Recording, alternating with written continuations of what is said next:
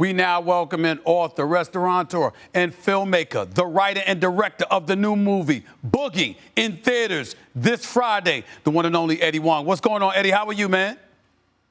What's good? What's good? Thank you for having me on the show, Stephen A. It's great to have you on.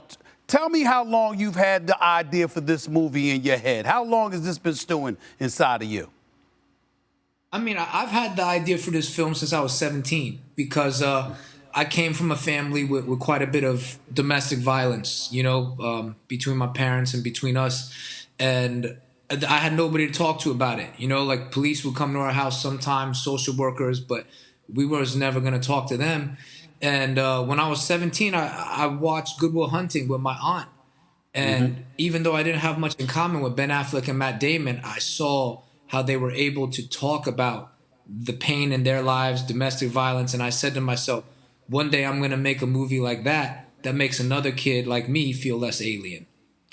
What were the biggest challenges in getting a studio to embrace this idea? You talk about a Chinese-American basketball player basically trying to make it. What did it take? How big of a challenge was it to get a studio to really embrace this idea? Well, it was a huge challenge. It took me from the day the script was done and I went out to sale, it took about 2.5 years for it to get greenlit. And that was difficult because they were like, number one, who are you going to cast to play this guy? There's not many bankable Asian American male actors, much less that can play basketball at a high level like the player in the script. But I got lucky and I found Taylor Takahashi playing ball in San Gabriel Valley. He just walked in one day for one of my rec league games and he was nasty. And I was like, yo, you play ball? Where are you from? He's like, I'm from Oakland and I'm the all-time leading scorer at Alameda High School. So I got lucky with him. Well, when you talk about you got lucky with him, how long did you spend looking for an Asian American that could play the game? How much time did it take you? How long did you spend looking? Well, I was following every single high school basketball player that even was being looked at or recruited. Anyone in Division I, Division II, I was following their Facebook, watching for years. And there were a couple that were interesting, but none that could really represent the character. And, then I met Taylor, and that was it. Now, the rapper Pop Smoke was in this video, in this movie, I'm sorry, and then ultimately he passed away. Talk to me about that, what that relationship was like, and what he meant to this movie in your estimation. Oh, yeah, Pop is a blessing, man. Pop is a blessing. And, I was always a fan of Above the Rim. I always loved the Friday soundtrack, too. I mean, I love Pop. He's my brother. And originally, this was going to be a more golden era boom bap soundtrack because I loved how Raekwon with the Purple Tape used The Killer to narrate that entire album. And I was like, yo, I want to give one back and use black music to narrate Asian film and complete the cipher. But when I met Pop, I just realized it's not meant to be. Pop was taking over New York City. Brooklyn drill was on the way up. And I was like, we have to capture this moment in a bottle, this man's talent, this man's spirit. And it's absolutely in the film. And I miss my brother, but I know he was proud of this film. I showed him his scenes. And I think we do honor to his legacy, man. He's the best. I feel you on that. Talk to me about what role hip-hop and basketball played in all of this, in your own identity growing up. How much was it a part of you? How much has it been a part of your life? Man, it's everything that I know about America came through basketball, hip-hop, and black culture because as Asian Americans, our culture that we bring over here is extremely alien to most Americans. And they're like, are you going to be Chinese, or are you going to be white? Are you going to assimilate to whiteness? And for some of us, that feels like a very false choice. But with the black community, with the Latino community, you could still be Asian, but then you can still get down with another community, intersect with it, trade ideas, trade culture. And so I just felt much more embraced by the black community, black culture. And it also helped me with the things that I found contradictory or hypocritical with Asian values and then the things my parents were doing at home. It gave me an outlet in another community to see a reflection of myself and talk to my friends about. When you speak about things that are hypocritical, can you enlighten us as to what those hypocritical things were in your mind in terms of things that have been projected as opposed to how things truly, truly are emanating from the Asian community? That's what you brought up. You brought up the hypocrisy. Could you highlight that, what that is?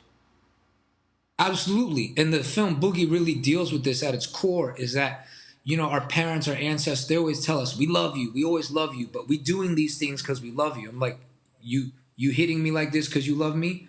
And like you shatter my dreams of like being a writer or being an entertainer because you love me.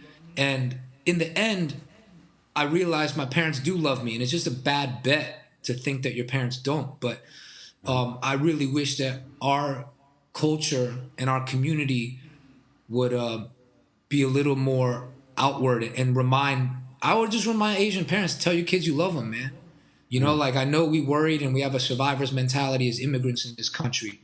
We want our kids to succeed, but man, like it really helps a lot if you know your parents are in your corner. So is that the message folks are going to walk away with watching this movie? Boogie, that debuts this Friday, it comes out in theaters this Friday. Is that the message that they're going to walk away with? And if so, is that the main message? Or is there a bigger message that they're going to walk away with? Yeah, it's the main message I would say is that whether other people love you or not, you got to love yourself and you got to run through that wall. But in the end, after you accomplish it, after you do it, sometimes you look back and you realize they did love me the entire time. And like, I'm not Christian, but it's very much like that Footsteps poem or the Young Buck song, Footsteps. You know what I mean? Like you think you did it alone, but you got carried by your village, by your family. It takes a village. Once upon a time, there was a guy by the name of Jeremy Lin playing for the New York Knicks, your team and mine, the New York Knicks. Obviously, recently, he's a part of the G League now, and recently he spoke about the sort of anti-Asian racism, the xenophobia that he's been experiencing, and he went on social media and really highlighted that reality for him. He even went as far as to say somebody was on a court with him and literally called him coronavirus. That's what Jeremy Lin said. When you hear those kind of things emanating from somebody of Asian descent, how does it hit you at this particular moment in time, specifically with this movie about to come out? Well, I can't front. It made me laugh because, there are people in our community being physically attacked right now, and there's elderly being killed. And like, I love that Jeremy's speaking up, and I hope that people pay attention to that. But it's like, brother, they called you coronavirus. Go get a bucket. That's how I feel. That's my honest opinion. I don't know if that's politically correct, but I was like, I think we got bigger issues. And also, I love Jeremy Lin. I love Linsanity because I'm a Knick fan. But like, and the movie addresses this. When he was popping, he wasn't really talking about being Taiwanese. He was talking about, he was very evangelical. And like, my relationship to religion, Asian community, relationship to evangelical religion is complicated. And I don't think he really understands a lot of the complexity of it, man. He's different. He's, I'm not the biggest fan, to be honest. Just keep it. You're not the biggest fan of Jeremy Lin? You're not the biggest fan of Jeremy Lin? Nah, I'm going to keep it 100, What would you like to see from all of us? I'm a Yao Ming fan. How about, I'll tell you, Stephen A., I'm a Yao Ming fan. A Yao Ming fan. And why is that? And why is that? Explain why that is. A lot of people laughed at Yao, and Yao was very, very foreign. I remember Charles Barkley, who was my childhood idol, making fun of him. But then Yao, he just put his big boy pants on, and he gave it to Shaq that first time. Shaq outplayed him, but he held his own. And Yao had a real strength about him where, you could say anything about Yao, and he showed up. And I remember one time, I'm sorry, this is a long story, but I got to go do a freelance article once. And there was a moment where Rafer Alston got injured and Aaron Brooks took over. And I asked Yao an interview question. I said, hey, don't you feel like the pick and roll is a little better when you run it with Aaron Brooks because you get better spacing because he's a better three-point shooter? And Yao looked me dead in the eye and he said, do you really think I'm going to say something negative about my teammate Rafer Alston? And I was like, that's all I need to know about this man. That's a real G. Yeah. That's a totally G. Understand. Before I let you get on out of here, what would you like to see from a lot of us who consider ourselves allies of the Asian community? What would you like to see from us moving forward? Man, you know, I'm very thankful to the black community for paving the way for all of us immigrants and everybody that is different in this country. But what I would love is just a little more support within the house, within the community, to remind people, look, you may have your feeling about the way Asians are. We may look meek. We may look like we walk around with our head down and we scared. But a lot of that is our pain and struggle in this country. And we humans, and we're part of this, and we're part of the solution.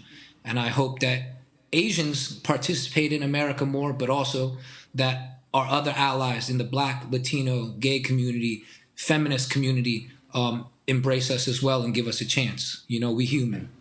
Got you. Boogie coming out, debuting in theaters March 5th. That's this Friday night. Appreciate you, proud of you. Keep up the good work, my man. Keep it going. Thank you, Stephen A. Appreciate the time.